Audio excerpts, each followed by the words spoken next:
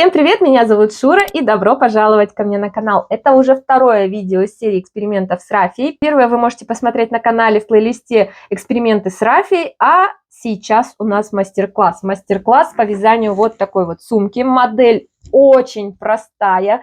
Ее можно связать не только из рафии, но и из шнура, из трикотажной пряжи, из джута. В общем, все, на что хватит вам фантазии, любой материал подойдет. Вяжется она очень-очень просто. Для вязания вам понадобится 120-130 метров рафии, 2 полукольца, на которые мы с вами наденем наш ремешок. Ремешок 120 сантиметров, либо цепочка, либо это может быть широкий текстильный ремешок. Также это будет молния. Либо можно использовать клапан с замочком, то есть, опять же, все, на что хватит вашей фантазии. Также у этой сумки будет подклад. Я покажу вам, как сшить этот подклад, как его пришить. Так что видео обещает быть интересным. Плюс для себя я впервые использовала бумажную рафию, и вот такой вот результат у меня получился. Сразу могу сказать то, что если у вас есть возможность не брать бумажную рафию, не берите. Из нее очень сложно вязать. Пока я связала вот эту малютку, я стерла себе все пальцы и несколько раз чуть не сломала крючок. Поэтому, если у вас есть возможность вязать из рафии, например, ISPI, да, то тогда лучше всего берите ее. Потому что вот такая разница у вас получится. Эту сумку, это последняя сумка, которую я вязала, она из рафии ISPI, и вы только посмотрите, какие ровные столбики. И посмотрите на эти столбики. То есть эту сумку я выпрямляла, отпаривала, растягивала, но эти столбики никак не хотят вставать на место. Может быть, после того, как я ее намочу, она все-таки хоть как-то выпрямится, но результат вы видите сразу.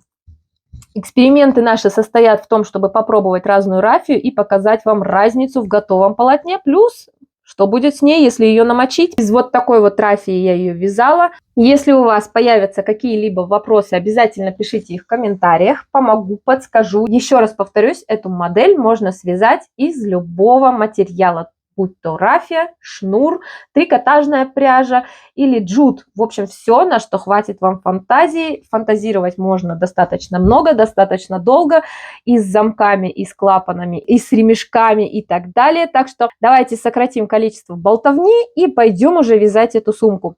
Не забудьте подписаться и поставить лайк.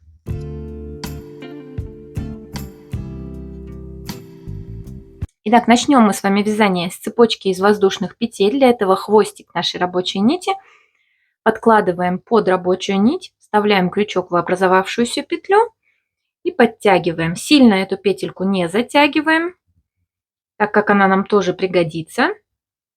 Вставляем крючок обратно в петлю, ее тоже подтягиваем. И теперь нам нужно набрать цепочку из 14 воздушных петель. Первая петля у нас есть, вот она. Ее мы с вами сформировали в самом начале. Вторая, третья, четвертая, пятая, шестая, седьмая, восьмая, девятая, десятая, 11, 12, 13 и 14 воздушная петля. Вот такая вот цепочка из воздушных петель у нас получилась. Делаем 15 петлю подъема и в 14 вставляем крючок за полупетельку, которая ближе к нам. Захватываем нить, вытягиваем на одном уровне с уже имеющейся петлей на крючке и провязываем первый столбик. Далее следующая петелька, вставляем крючок в нее, захватываем нить, вытягиваем петлю с уже имеющейся петлей на крючке и провязываем следующий столбик. Далее следующая петля, вытянули и провязали третий столбик. И таким образом нам нужно довязать до конца ряда. У вас должно получиться 14 столбиков. Давайте вместе посчитаем. 4, 5, 6. Петли старайтесь вытягивать как можно ровнее и следите за тем, чтобы они были одинаковые. 7, 8, 9, 10. Сразу могу сказать, что нить вообще не эластичная и из нее очень сложно вязать. 11, 12, 13. И последний, вот он, 14 столбик. Это петля, которую мы с вами сформировали в самом начале. Вот так. Вот что у вас должно получиться в итоге. Теперь нам нужно сделать поворот. Вот в эту петлю, в которую мы провязали с вами 14 столбик, нам нужно провязать еще 2 петли. Заводим крючок в эту же петлю, вытягиваем столбик, первый и второй. Таким образом, у нас в этой петле получилось 3 столбика, и мы сформировали с вами поворот. Далее нам нужно провязать по этой стороне, то есть в ту же самую цепочку из воздушных петель у нас с вами столбики будут получаться друг напротив друга. Заводим крючок, захватываем нить, параллельно нам нужно спрятать наш хвостик, первый столбик, далее следующая петля, заводим крючок, второй столбик, следующая петля, третий столбик. Обратите внимание, наши новые столбики получаются напротив столбиков предыдущих. И 12. Смотрите, что у нас с вами получилось. 14 воздушных петель, 12 столбиков по прямой с этой стороны, 12 с этой стороны. Получается, остается еще 2 петли. Одна петля с этой стороны поворот и одна петля с этой стороны поворот. Теперь смотрите, вот здесь у нас уже есть столбик один, получается, это петля подъема. Еще в эту же петлю нам нужно провязать 2 столбика. Первый столбик и второй столбик. Вот так. У нас с вами получился поворот. И теперь смотрите. Стандартный овал у нас вяжется просто. Давайте вместе с вами посчитаем, какое количество столбиков мы имеем сейчас. 1, 2, 3, 4, 5, 6, 7, 8, 9, 10, 11, 12, 13, 14, 15, 16, 17, 18, 19, 20, 21, 22, 23, 24, 25, 26, 27, 28, 29. И вот она, 30-я вершина у нас на крючке. В каждом новом ряду у нас добавляется по 6 столбиков. Таким образом, в каждом новом ряду между прибавками у нас будет получаться плюс 1 столбик. Этот столбик берется из прибавки. Теперь давайте закроем ряд, вставляем крючок, вытянули петельку и протягиваем ее через предыдущую петлю. Вот таким вот образом. Вытянули петлю, заводим крючок обратно под эту вершину. Вот так. Захватываем нить, осторожно, вытягиваем. Вот что у нас с вами получилось. Теперь мы убираем крючок, вставляем его с лицевой стороны и провязываем первый столбик. Вот такая красота у нас с вами получилась. Итак, в каждом новом ряду мы добавляем с вами по 3 столбика с каждой стороны. Здесь идет у нас как раз крайний столбик поворота. Сюда нам нужно провязать 2 столбика, то есть прибавку. Захватываем нить и вытягиваем второй столбик. Вот так. Далее по прямой количество столбиков у нас не меняется, то есть должно получиться 12 штук. Давайте вместе с вами посчитаем. Вяжем мы за вершины, вытягиваем петлю на одном уровне с уже имеющейся петлей на крючке. Первый, второй, третий, четвертый, пятый, шестой, седьмой, восьмой, девятый, десятый, 11 и последний 12 столбик по прямой без изменений. Вот так. Обратите внимание, мы подошли к повороту. Вот у нас идут 3 поворотных столбика. В них нам нужно провязать прибавки. Вот первая, вторая, третья вершина, 3 прибавки. Заводим крючок в первую вершину и вытягиваем первый столбик прибавки. Заводим крючок сюда же и вытягиваем второй столбик прибавки.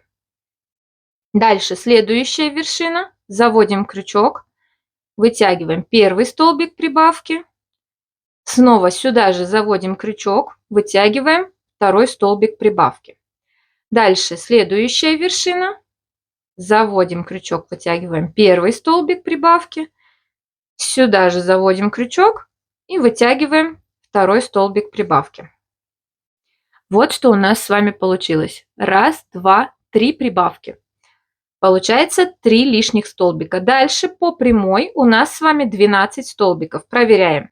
1, 2, 3, 4, 5, 6, 7, 8, 9, 10, 11 и последний 12. Вот что у нас с вами получается. И обратите внимание, остались две последние вершины. Это наш поворот.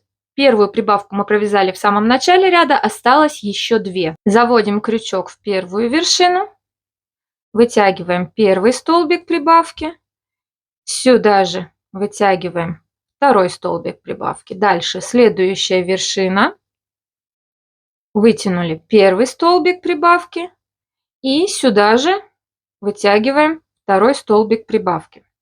Вот что у нас получилось. Теперь вот идет наша первая вершина ряда. Мы заводим крючок под нее. Вот так.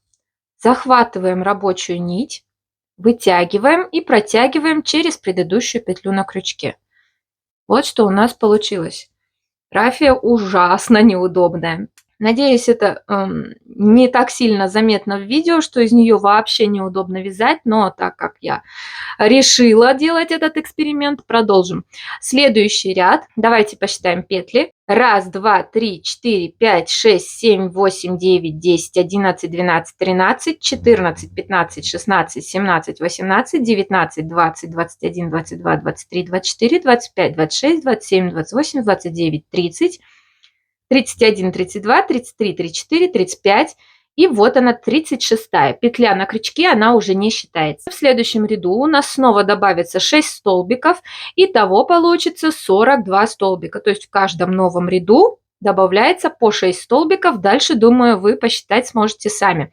Итак, 3 столбика с этой, 3 столбика с этой стороны. То есть 3 прибавки здесь, 3 прибавки здесь. И в каждом новом ряду эти столбики будут распределяться между нашими прибавками. Начиная новый ряд, слегка вытягиваем эту петельку и заводим крючок обратно. То есть вот она, эта петля самая последняя, под нее, под нашу вершину.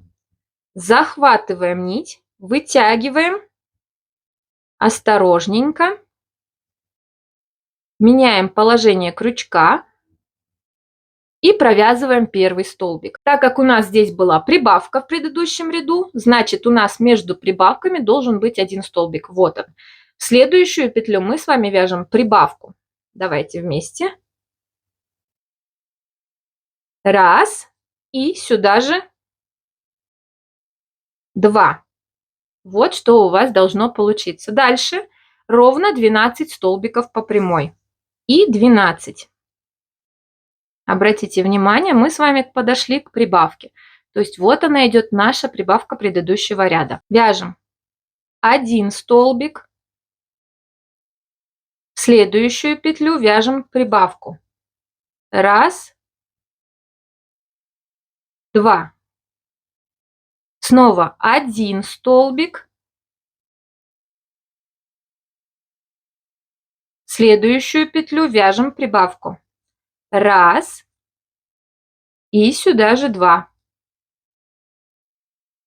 Дальше снова у нас идет 1 столбик. Провязали. И следующая петля прибавка. 1 и сюда же 2. Все это дело поправляем, и вот таким вот образом выглядит наш поворот. То есть между прибавками у нас появился 1 столбик. В следующем ряду между прибавками у нас будет 2 столбика, следующий ряд 3 столбика и так далее. Дальше у нас по прямой идет 12 столбиков и 12. Вот что у нас получается. И обратите внимание, мы подошли к прибавкам предыдущего ряда. У нас осталось 4 столбика, 4 петли. Первую часть поворота мы провязали в самом начале, 1 столбик и прибавка. Теперь у нас осталось 2 повторения. То есть в следующую петлю мы вяжем 1 столбик, в следующую петлю мы вяжем прибавку. 1 и 2. Следующая петля у нас 1 столбик, 1 и прибавка. 1, 2. И закрываем ряд. Первая вершина ряда, захватили нить, вытянули и протянули через петлю на крючке. Вот такой вот овал у нас с вами получается. Дальше провязываем самостоятельно, показывать больше не буду. Думаю, принцип вязания донышка вы понимаете уже. Если вам что-то непонятно, у меня на канале есть несколько видео по тому, как вязать овальные донышки. Можете посмотреть, ссылки я обязательно оставлю вам в описании. И давайте я покажу вам, как вывязывать стенки нашей сумки, что мы будем делать дальше. Ну что, я довязала свое дно до конца. У меня получилось 6 рядов. 1, 2, 3, 4, 5, 6.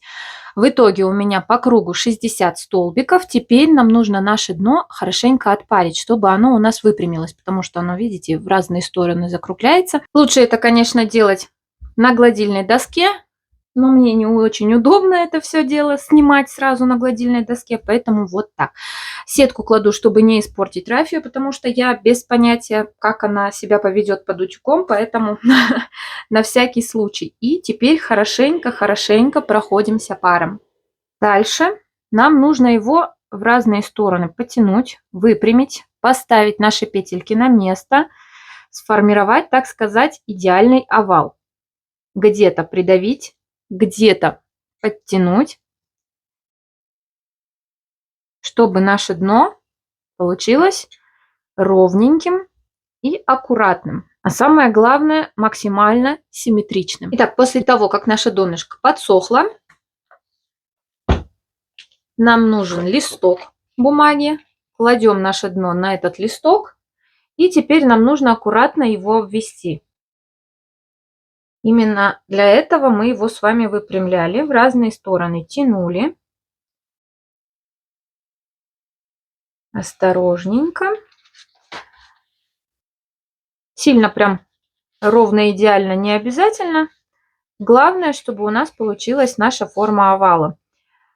Для чего мы это делаем? Для того, чтобы сшить потом позже подклад. Это мы убираем и продолжаем вязать нашу сумочку. Нам нужно 2 маркера и наше дно. Вот видите, идет середина нашего дна. Складываем пополам. Не нужно прям ровно высчитывать петли. Самое главное, мы складываем пополам наше дно и приблизительно высчитываем центр нашей сумки по бокам. Самая широкая часть. Вот так. Вот в эти места мы будем делать прибавки. Одну прибавку здесь, другую здесь. У нас с вами по кругу сейчас 60 столбиков. Нам нужно это количество довести до 70. То есть в последующих рядах нам нужно будет сделать 10 прибавок.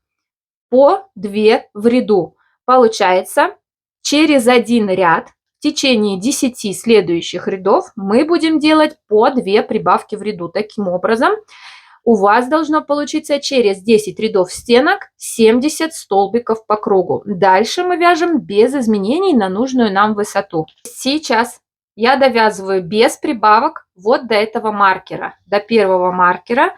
Точно так же завожу крючок назад, вытягиваю первую петлю, меняю положение крючка, первый столбик, далее вытягиваю второй столбик.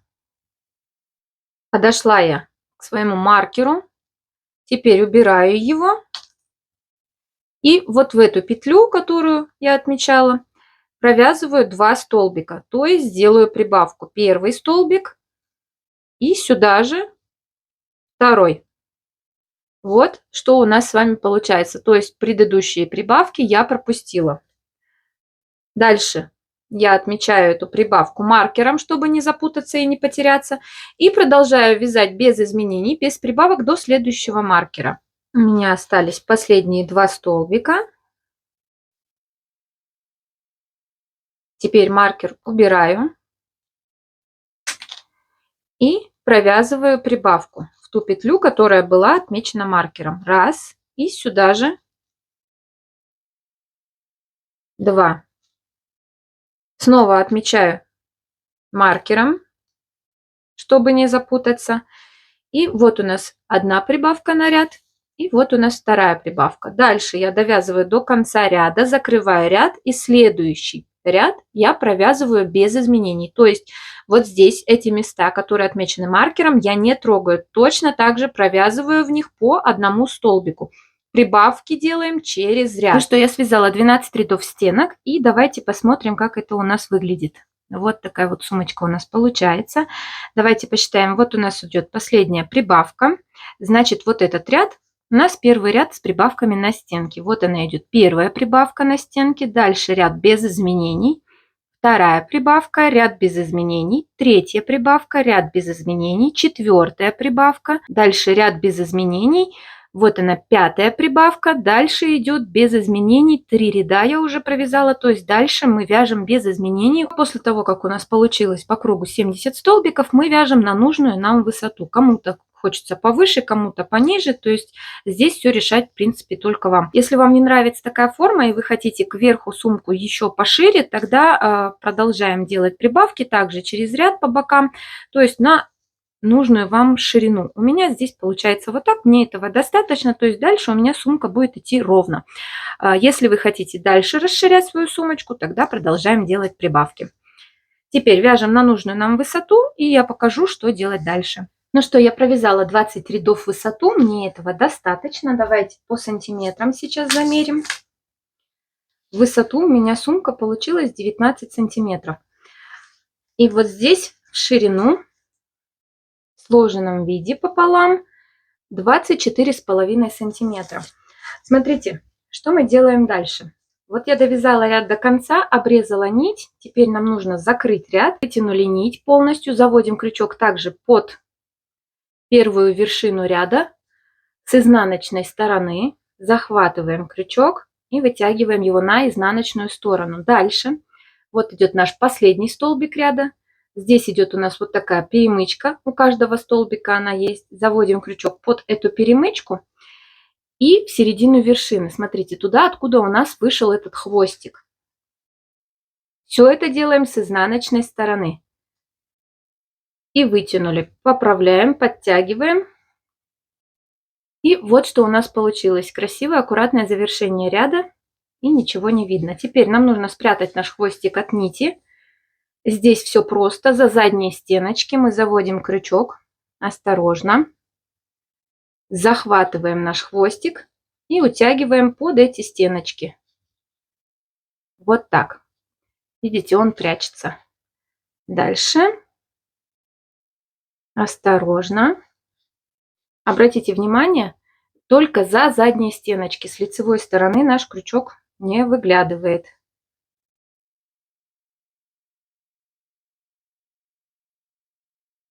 Вот что у нас получилось. Ниточка спряталась. И теперь вырежем детали.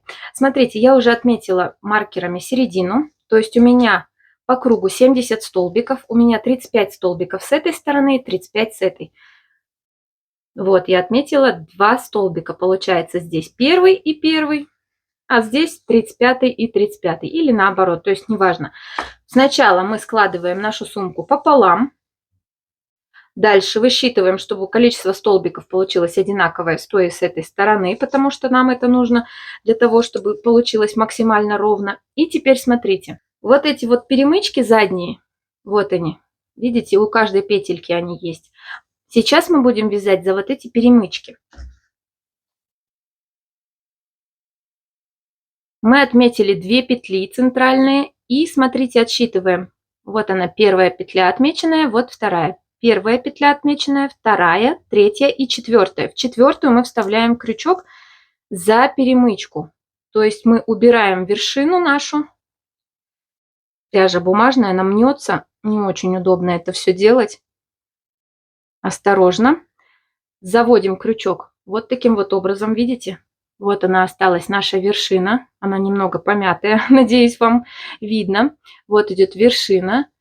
И за вот эту перемычку мы завели крючок сверху вниз с изнаночной стороны.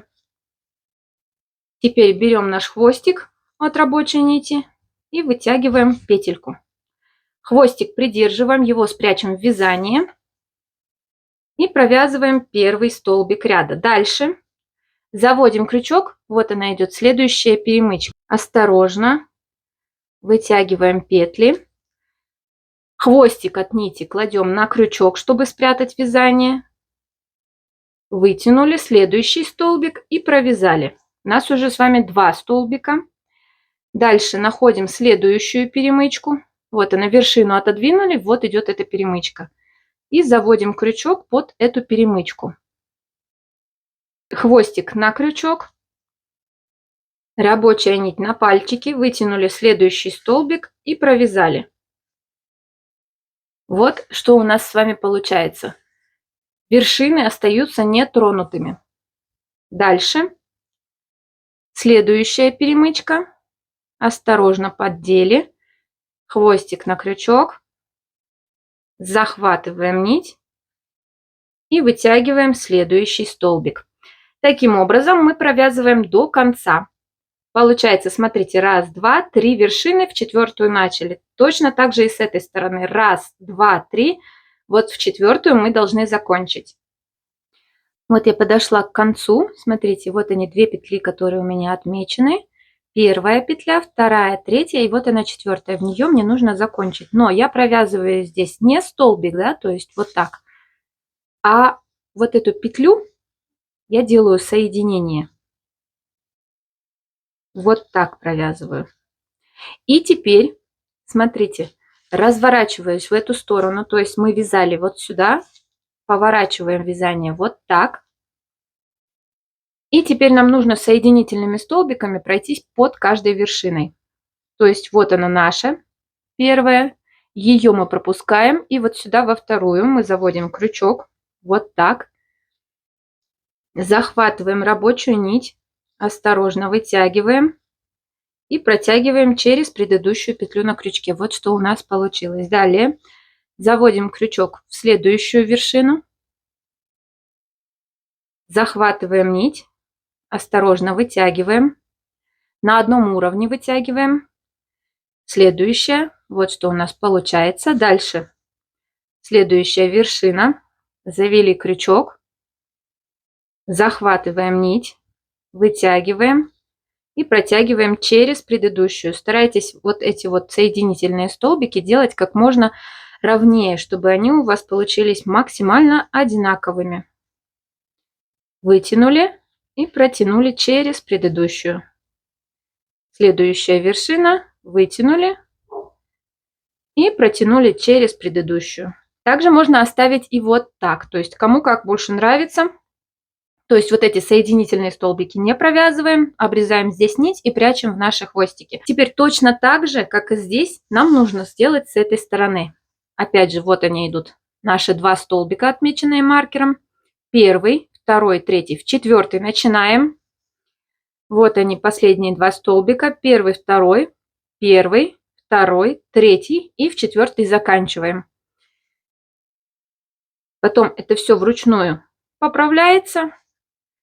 И вот к этим местам мы с вами пришьем молнию. Итак, подошла я к концу. Вот у меня идет последняя вершина.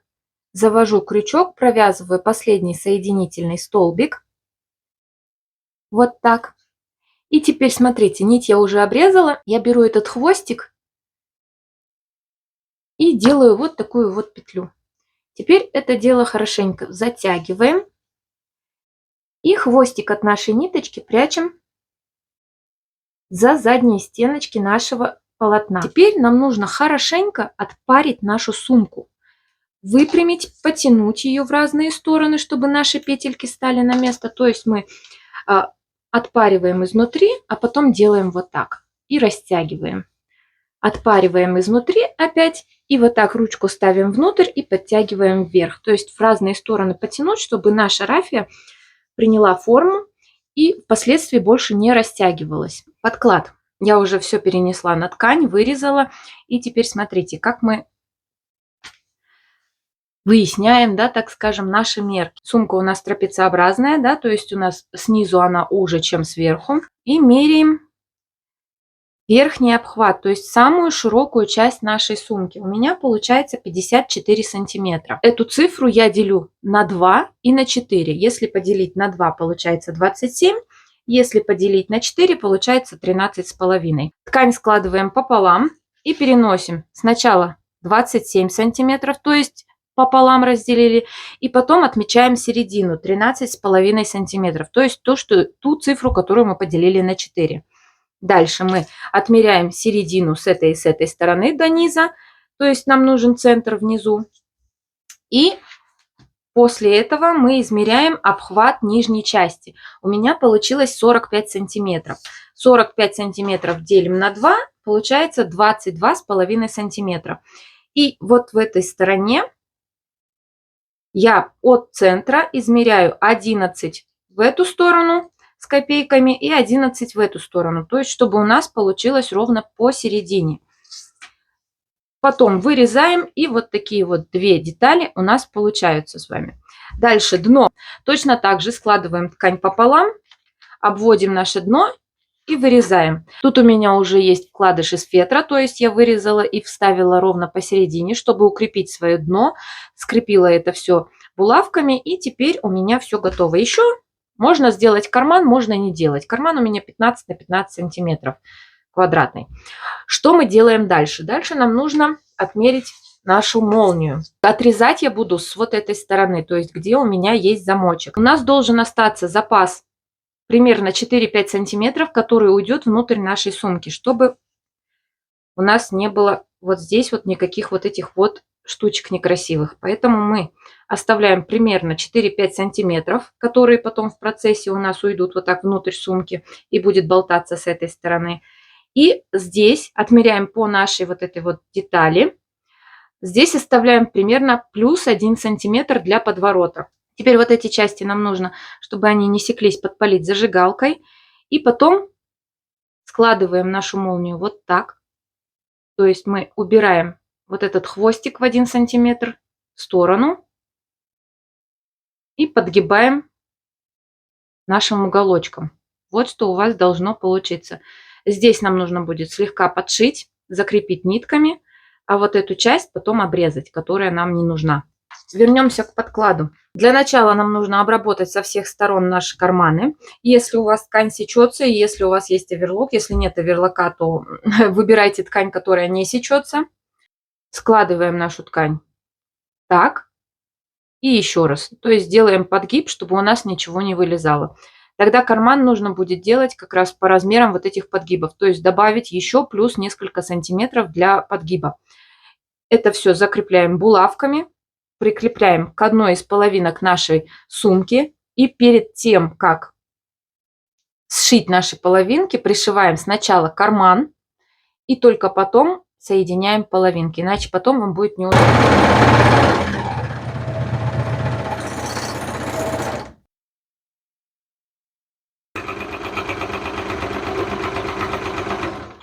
Дальше берем наш карман и выкладываем примерно посередине. И прикалываем, чтобы он у нас не съехал в процессе пришивания.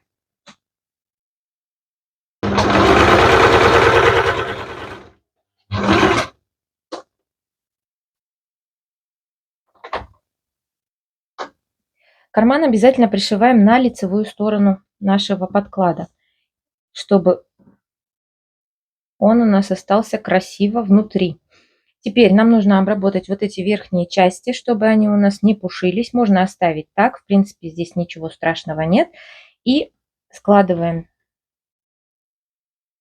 наш подклад, изнанка сверху. Соединяем это все булавками, чтобы у нас опять же ничего не разъехалось.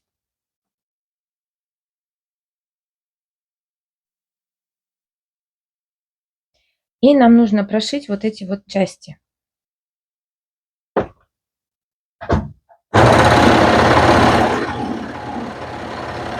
Вот такой вот подклад карманом. И теперь нам нужно пришить наше дно. Складываем пополам, находим приблизительно середина.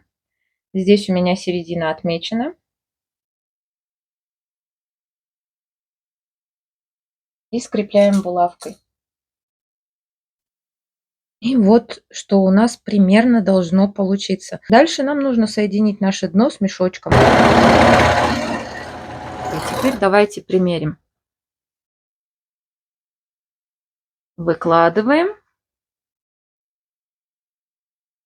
И вот такая вот красота у нас с вами получится. Теперь нам нужно сделать подгиб на ту высоту, где будем пришивать под нашу вот эту вот заготовку для молнии, чтобы вот с этой стороны наш подклад остался внутри. То есть вот таким вот образом. По высоте подгоняем, подбираем, подтягиваем. То есть укладываем ручку в сумку и подтягиваем наш подклад на нужную нам высоту. Вот так. Здесь можно это все дело закрепить, подкрепить булавками. И потом утюгом вот эту часть хорошенько прогладить, пройтись, чтобы у нас ничего не выпрямлялось и не распрямлялось, когда мы будем пришивать подклад. Ну что, я пригладила, выровняла, выпрямила. И теперь можно вставлять наш подклад в сумку и начинать пришивать. Аккуратно распределяем его. И начнем давайте где-нибудь здесь с угла. Смотрите, пришивать нужно обязательно нитками в тон нашей сумки, чтобы их не было видно сквозь вязание. Заводим иглу под подклад, то есть протыкаем его с этой стороны, прям в изгибе, чтобы спрятать наш узелок ниточки. И начинаем прям с середины, чтобы шов получился на середину нашей сумки. Пришиваем за вот эти вот наши столбики. Можно захватывать именно вот эту перемычку аккуратно, вот так. Можно захватывать, выводить вот так за вершины. То есть здесь решать только вам. Как вам удобно, так и пришиваете. Дальше, смотрите. Придерживаем наш подклад и заводим иглу в наш изгиб. Аккуратненько захватываем немного подклада. Берем и подтягиваем. Дальше туда, откуда вышла наша игла, вставляем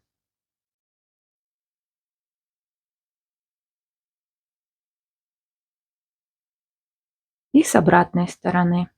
Дальше, откуда идет наша игла, сюда вставляем в изгиб нашего подклада.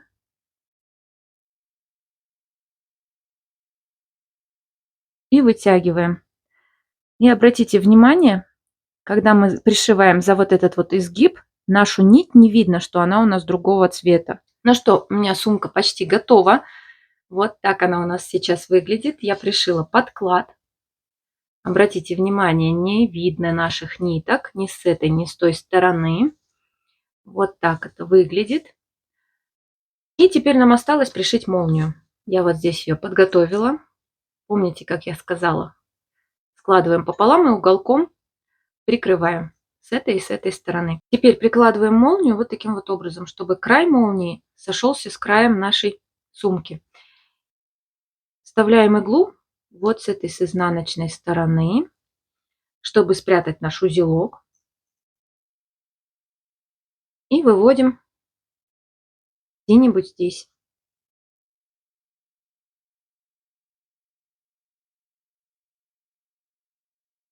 И пришивать будем под вот эти вот соединительные столбики. То есть не бойтесь проткнуть рафию.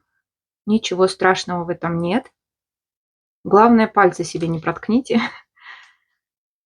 Вот так.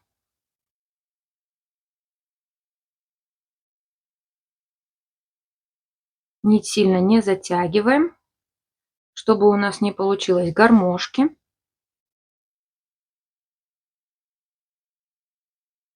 И аккуратненько пришиваем. Пришила я вторую часть молнии. Вот так наша сумка выглядит внутри. Теперь нам осталось застегнуть ее. И вот эту часть мы прячем внутри. Вот так. Это все дело нужно будет потом дополнительно слегка отпарить. И вот что у нас получилось. Конечно, если бы мы вязали из рафии испи, она была бы куда ровнее, куда аккуратнее. Но Мы вязали из вот такой вот бумажной рафии. Но давайте продолжим. Теперь нам осталось пришить полукольца, надеть ремешок, и наша сумка почти готова. Пришивать будем той же рафией.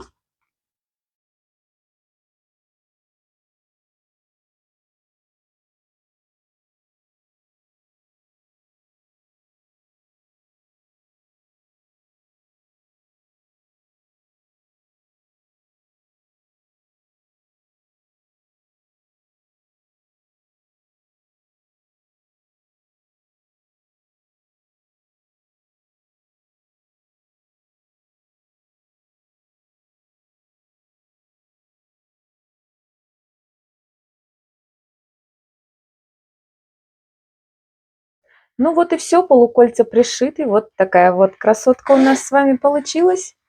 С подкладом на молнии. Опять же, напомню, что здесь можно использовать какой угодно замок. Это может быть клапан, это может быть молния. В общем, все, на что хватит вам фантазии. Осталось надеть ремешок и наслаждаться готовым результатом. Наслаждаться тут особо нечем, если учесть то, что я вязала из бумажной рафии, и как только я ее не отпаривала, как только я ее не тянула, не выпрямляла, ровнее становиться она не хочет. И буду надеяться на то, что если я ее намочу, то столбики хоть как-то станут ровнее. Ну а вы, если соберетесь вязать такую же сумочку именно из рафии, то советую брать рафию Испи. С ней у вас получится все гораздо ровнее и аккуратнее. На этом, в принципе, все. Если у вас остались какие-либо вопросы, обязательно пишите в комментариях. Не забудьте поставить лайк. И до новых встреч. Пока-пока.